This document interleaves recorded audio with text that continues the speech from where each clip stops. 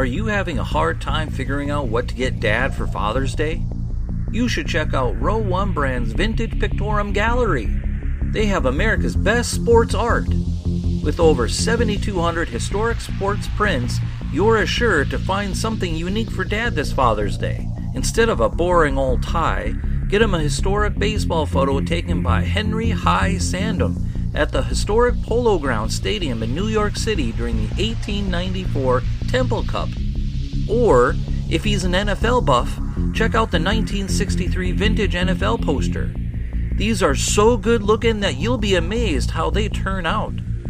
Shop now at sportshistorynetwork.com/row1 and save 15% off your order.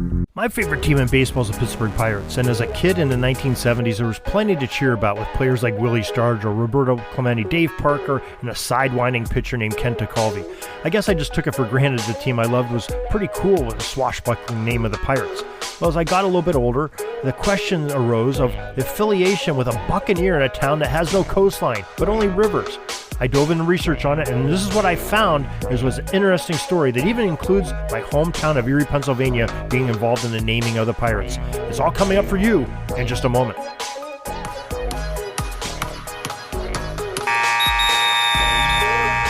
Hi, my name's Darren Hayes, and I know you've heard me on the Pigskin Dispatch talking about football history for years. Well, now I'm on a new mission, a quest to find sports history in other sports as well as football by learning through the jerseys and the apparel and the gear that the players wore and the franchises supplied their teams. It's an educational trip, and I'm taking you with me day by day, player by player, uniform by uniform. The Sports Jersey Dispatch.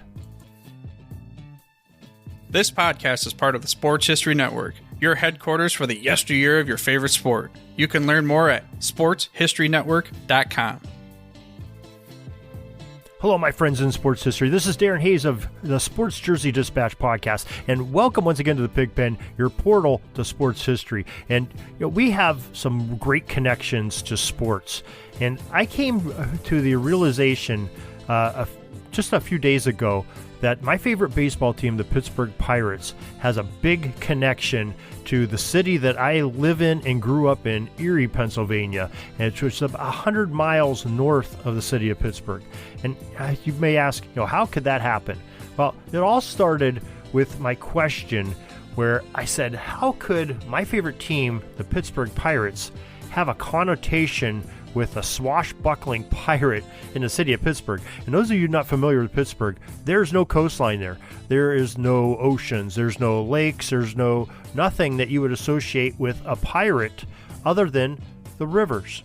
They have the three rivers, the Monongahela and the Allegheny River go into form the Ohio River. Thus, you get Three Rivers Stadium. And the city's sort of centered right on that triumvirate of the rivers where they all join there. But I don't ever know of any stories of a pirate, a swashbuckler that you see on the Pirates emblems being there. I associate that with the Caribbean, or maybe the Atlantic Ocean, or some other body of water, similar to those. Now, there had to be a story behind it, and I wanted to get to the bottom of it.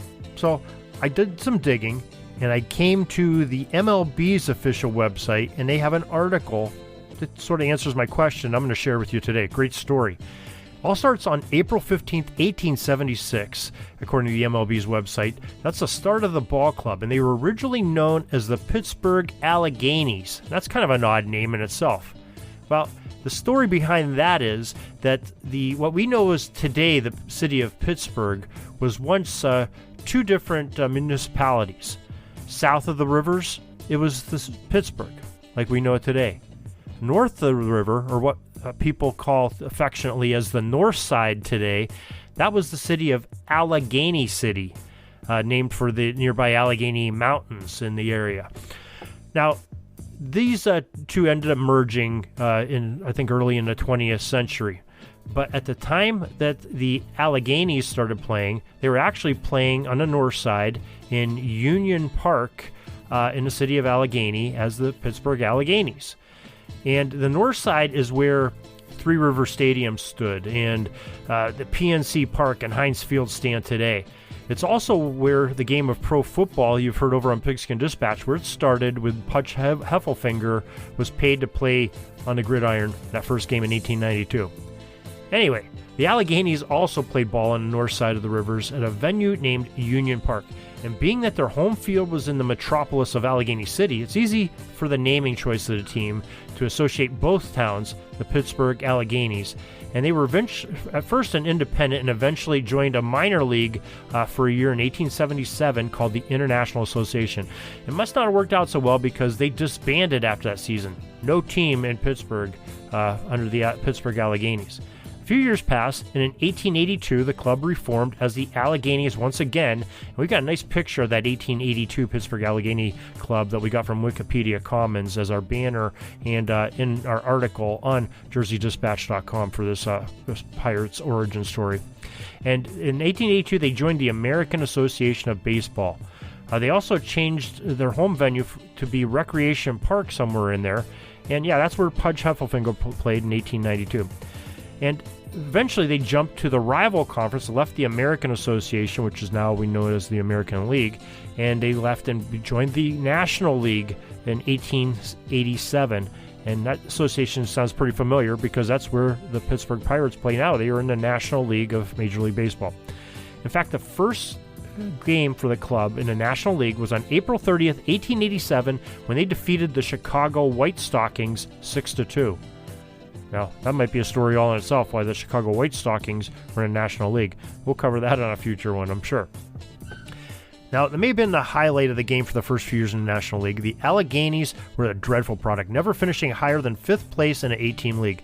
Now, that sounds familiar, too, to us modern-day Pittsburgh baseball fans.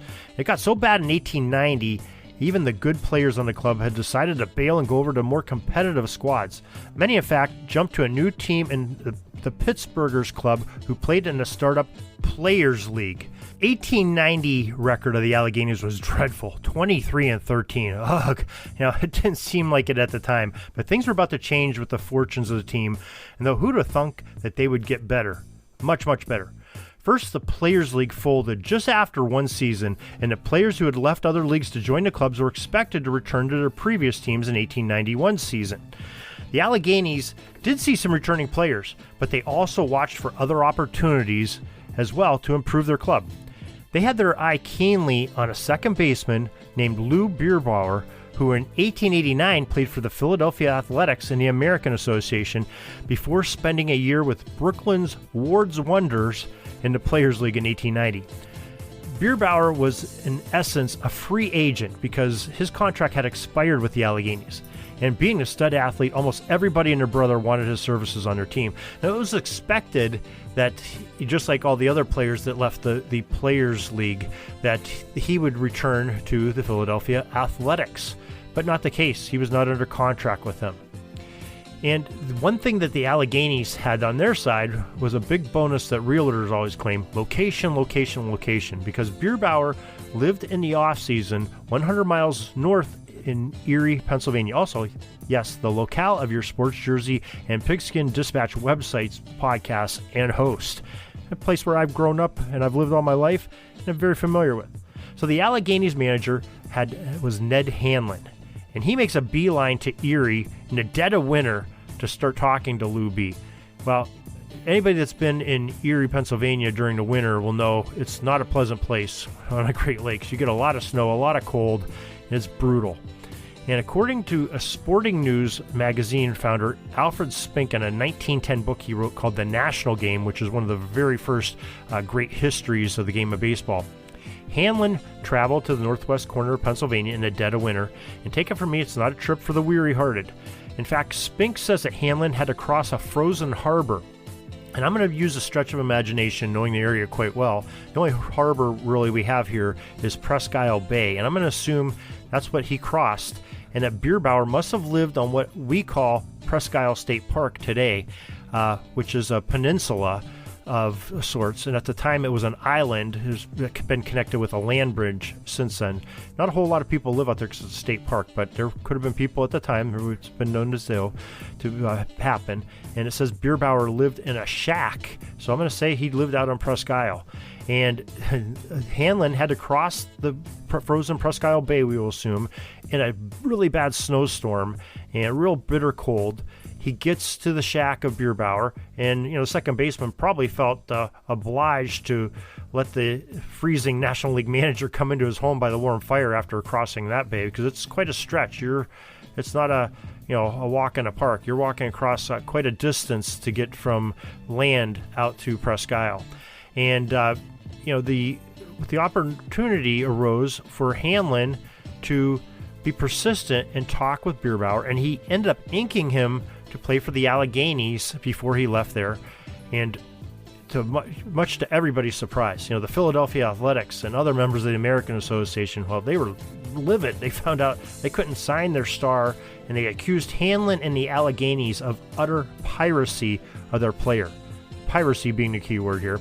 And probably just to stick it to the A's just a little bit more, the Pittsburgh club changed their name and adopted the moniker of the Pirates for the 1891 season and beyond. And what a great story that is, to get a nickname. Especially, it has a lot to do with a place I'm quite familiar with, a winter storm in Erie, Pennsylvania. Who would have thunk?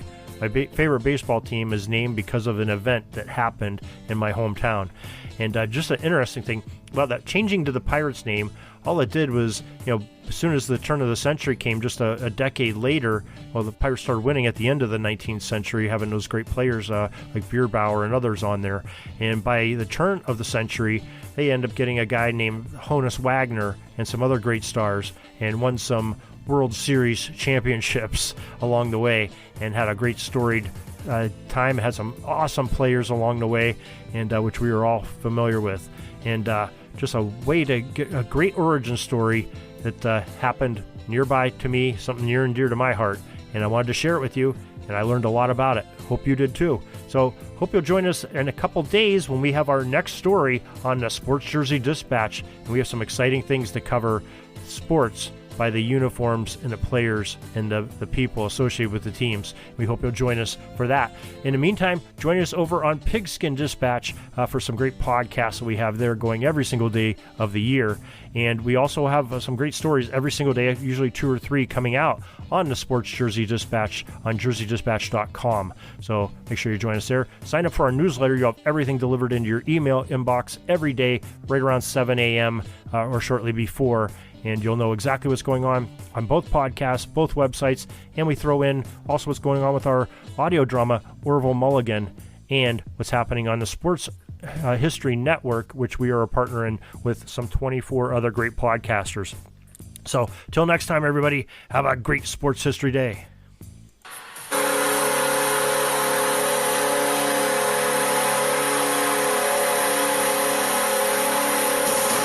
Sorry, but my pitching coach just called timeout, and he's coming out to the mound. I think I'm going to get yanked for a reliever. We'll see you back tomorrow for some more great sports history on Sports Jersey Dispatch Podcast. We invite you to check out our websites, jerseydispatch.com and pigskindispatch.com. Not only see the daily sports history, but to experience the preservation of great events and people that play the games. Find us on Pigskin Dispatch. It's also on social media outlets of Facebook, Twitter, Instagram, and don't forget the Pigskin Dispatch YouTube channel to get all your daily sports history. Pigskin Dispatch is happy to be associated with the Sports History Network, the sports headquarters of yesteryear, found at sportshistorynetwork.com. This podcast is part of the Sports History Network, your headquarters for the yesteryear of your favorite sport. You can learn more at sportshistorynetwork.com.